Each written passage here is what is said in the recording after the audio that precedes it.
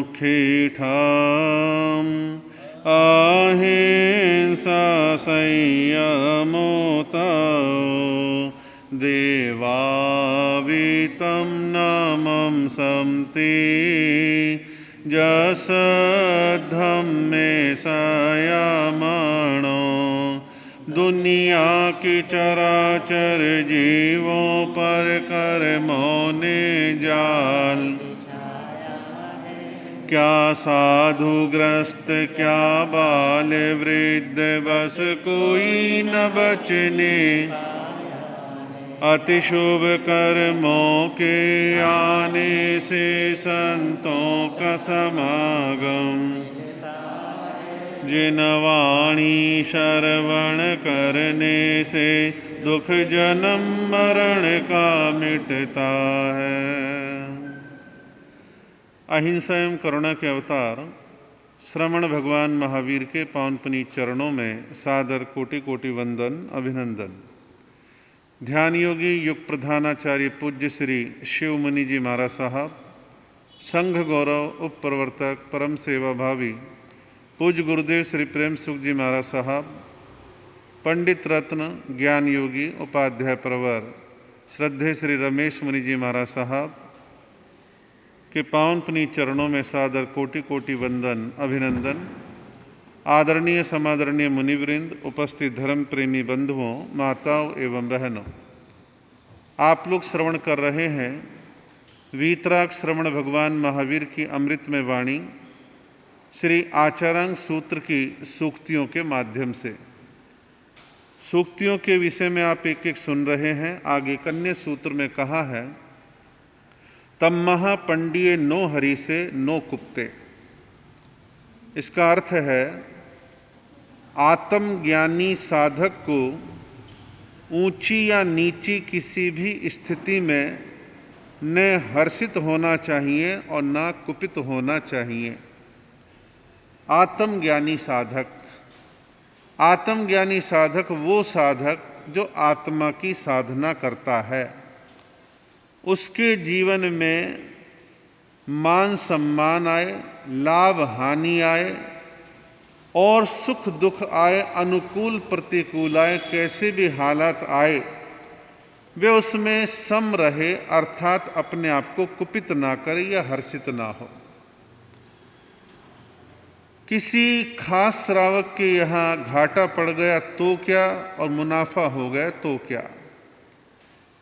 कई बार राग भाव में साधु लोग भी विचलित से देखे जाते हैं कि हमारे श्रावक को बहुत मुनाफा हो गया, अब वो बड़ा बंगला बना रहे हैं, फार्म हाउस बना रहे हैं, एक नई फैक्ट्री और लगा रहे हैं, महाराज बड़े प्रसन्न हैं।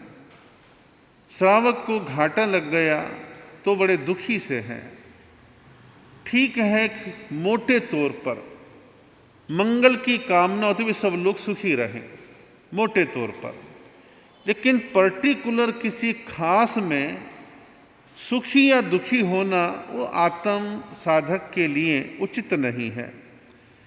किसी समाज ने बड़े बड़े होर्डिंग्स बोर्ड लगवा दिए, बहुत बड़ा जुलूस निकाल दिया, पंडाल बना दिया, बड़े खुश हो गए, और किसी ने सब नहीं करा तो चेहरा मुरझा गया। प्रवचन में 1000 लोग आ गए तो बड़े फूल के कुप्पा हो गए, सारे दिन लोगों से कहा बहुत भीड़ आ रही है, बहुत लोग आ रहे हैं, कमाल हो रहा है, धर्म के रंग बरस रहे हैं।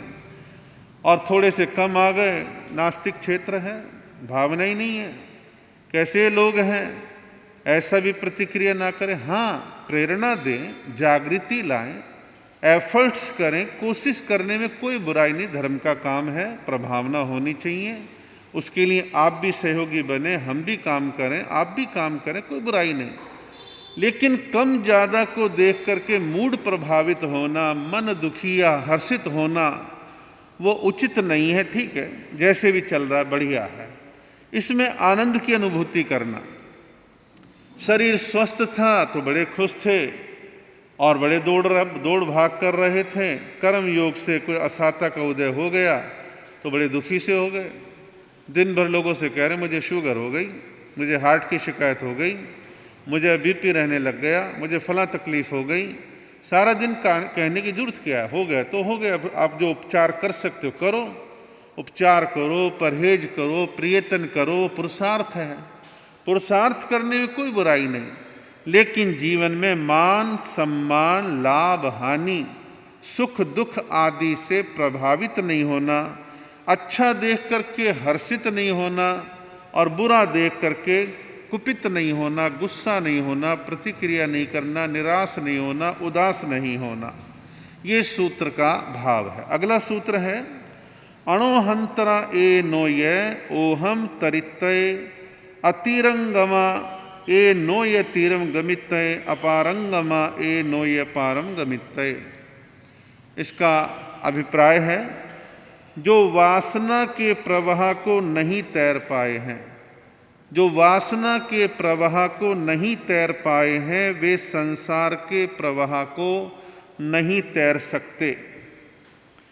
जो इंद्रिय जन्य काम भोगों को पार कर तट पर नहीं पहुंचे हैं, वे संसार सागर के तट पर पहुंच ही नहीं सकते। जो राग और द्वेष को पार नहीं कर पाए हैं, वे संसार से पार नहीं हो सकते।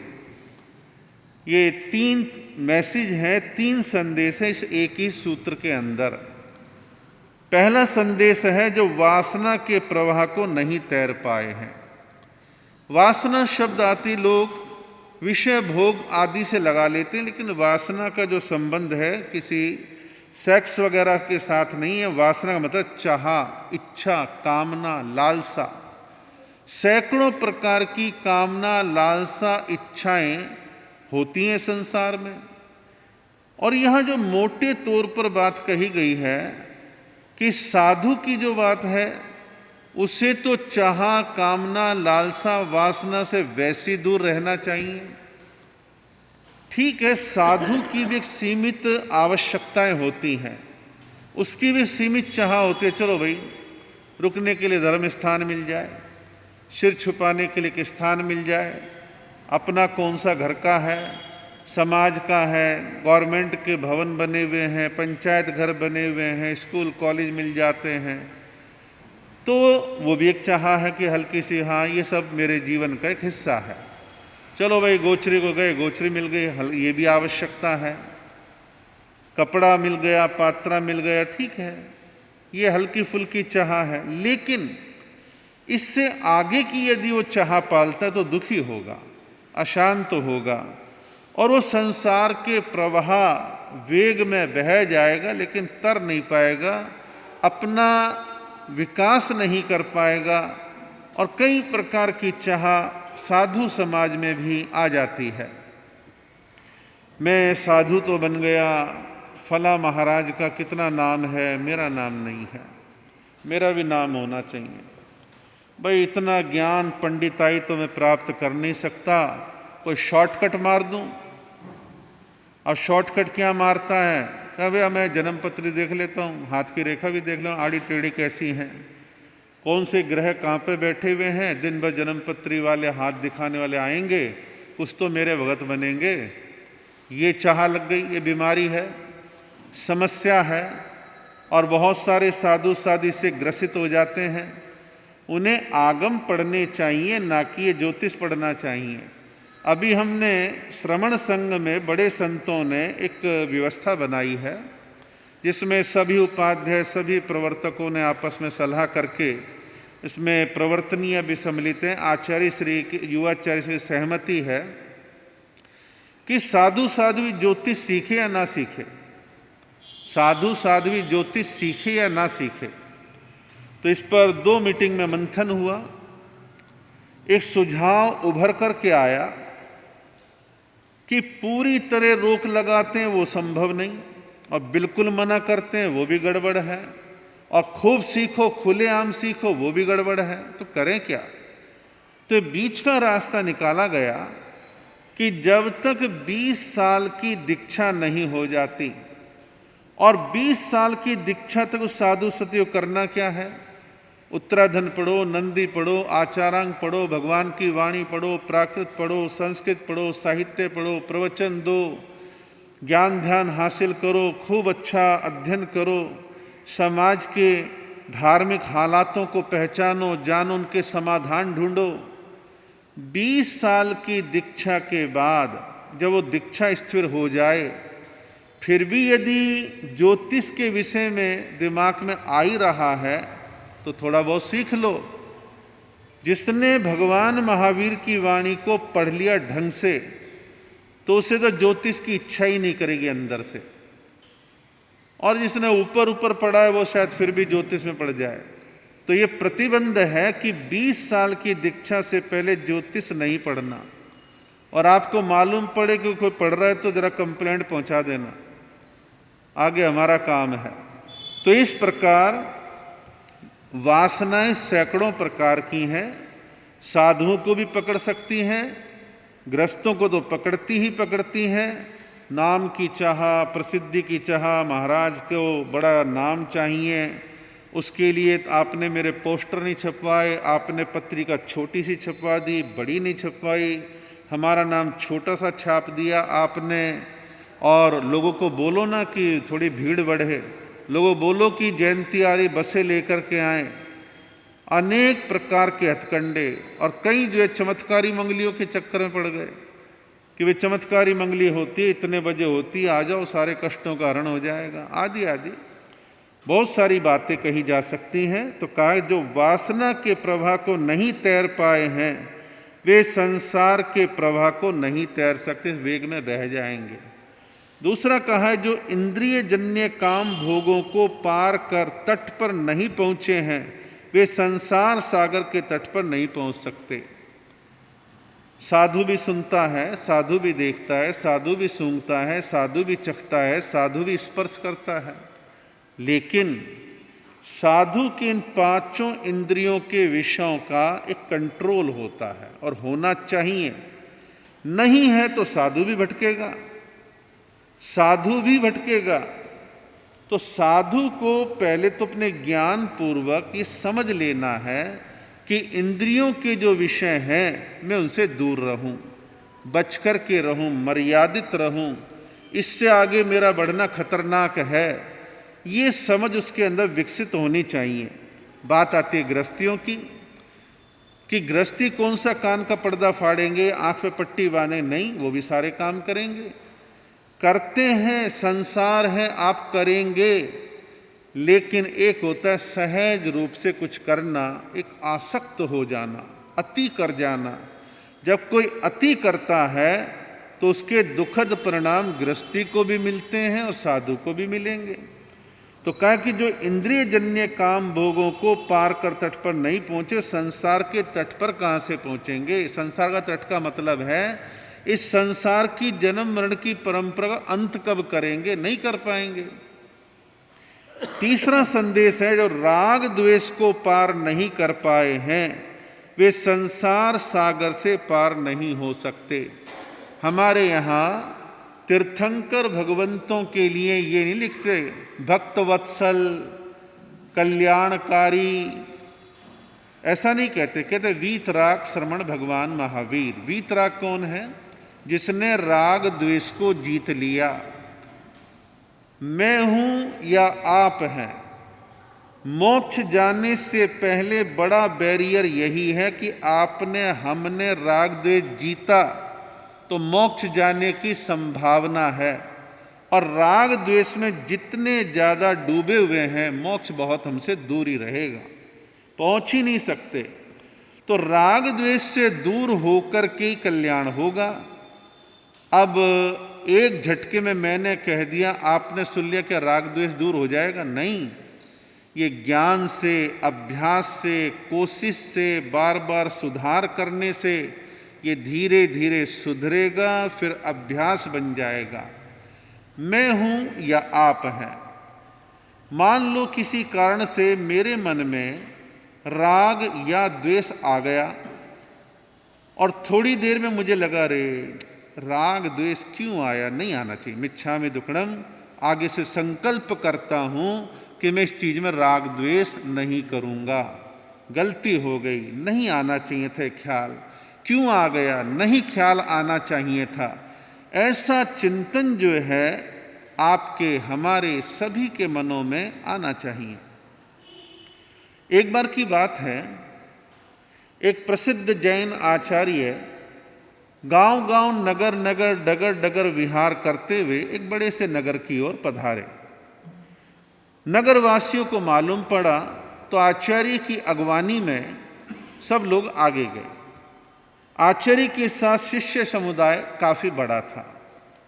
संतों की टोली आ रही है, शहर में धर्म का वातावरण बना हुआ है और आचार्य अपने जहां रुकना था वहां पहुंचे और स्थिर हो गए। एक धनाढ्य सेठ आता है, वंदना करता है और बड़े उत्कृष्ट भावों के साथ कहता है कि आचार्य प्रवर, जल्दी ही सर्दी का मौसम प्रारंभ होने वाला है।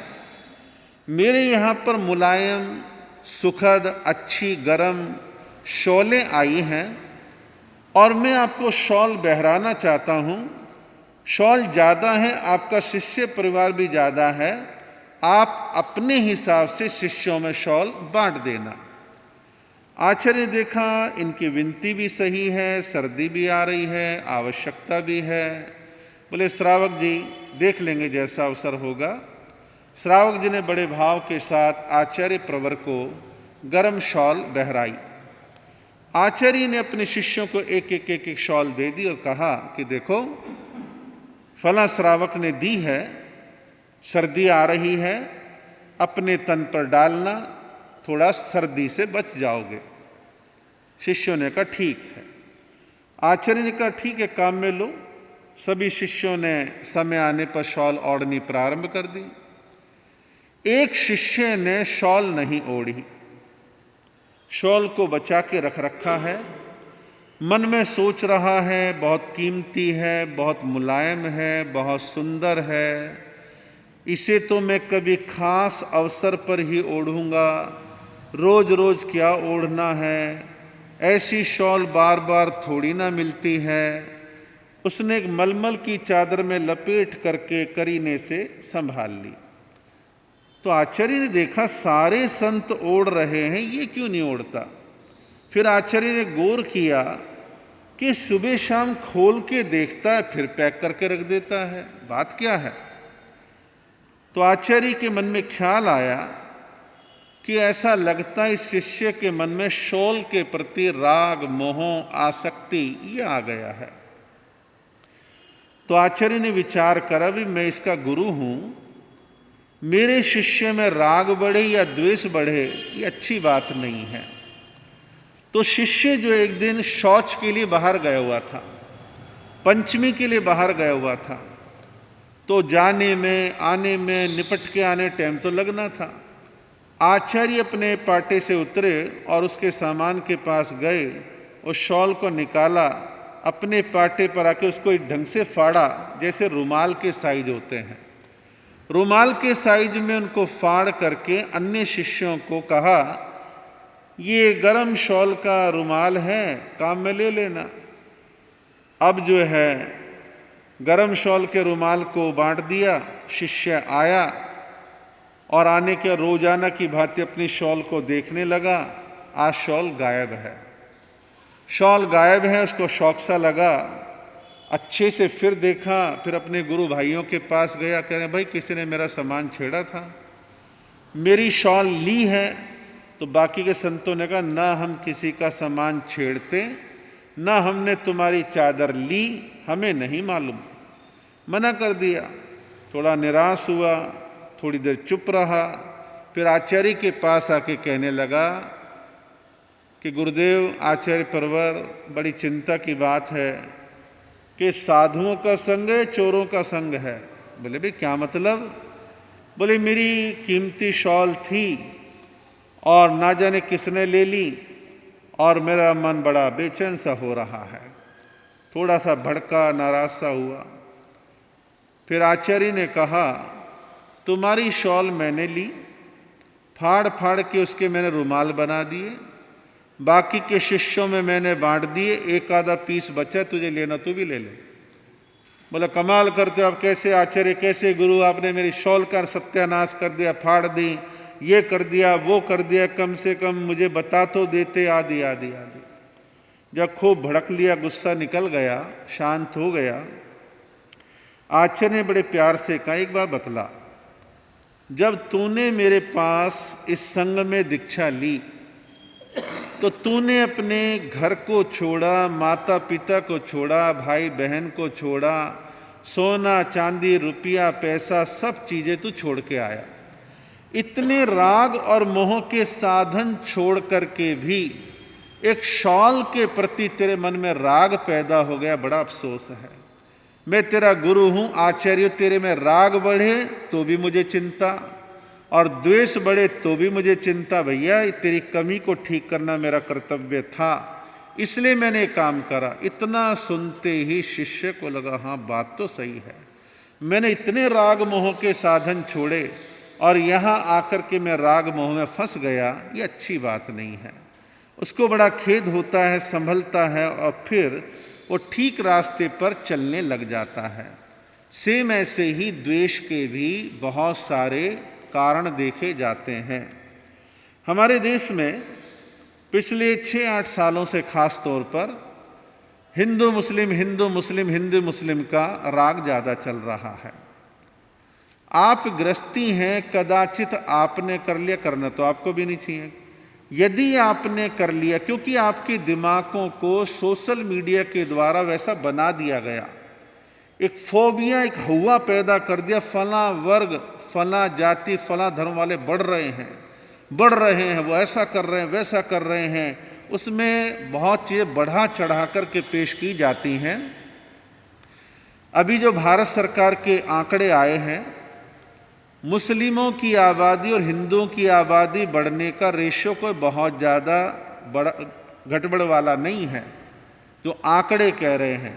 इंडिया टुडे ने तो अभी नया अंक सारा उसी पे छापा है। तो ऐसा कोई खास आबादी बढ़ने वाली बात नहीं है। महसूस आपको और हमें क्यों होता है? हिंदू भी और मुसलमान भी 50 सालों में शहरों में ज़्यादा आ गए। शहरों में ज़्यादा आ गए तो चीज़ें खटकने लग गई, सोशल मीडिया फास्ट हो गया, चीज़ों को तिल का ताड़ बनाना, उसके पीछे एक सोच होती है राजनीतिक, तो परिणाम हवा बन जाता है। तो परिणाम क्या होता है? हम घृणा फैलाते हैं। और मुझे तो तकलीफ तब होती है जब बहुत से साधु साध्वी भी इसमें लिप्त पाए जाते हैं, वो भी इसमें बड़ा इंटरेस्ट लेते हैं और ऐसी चीज़ों को बढ़ाने में सहयोगी बनते हैं। साधुओं को तो कम से कम इन चीज़ों में न्यूट्रल रहें। सरकार, कानून, प्रशासन, कोर्ट कचहरी, राजनीतिक दल निपट लेंगे अपने आप जो करना है, लेकिन ऐसा देखने में आता है।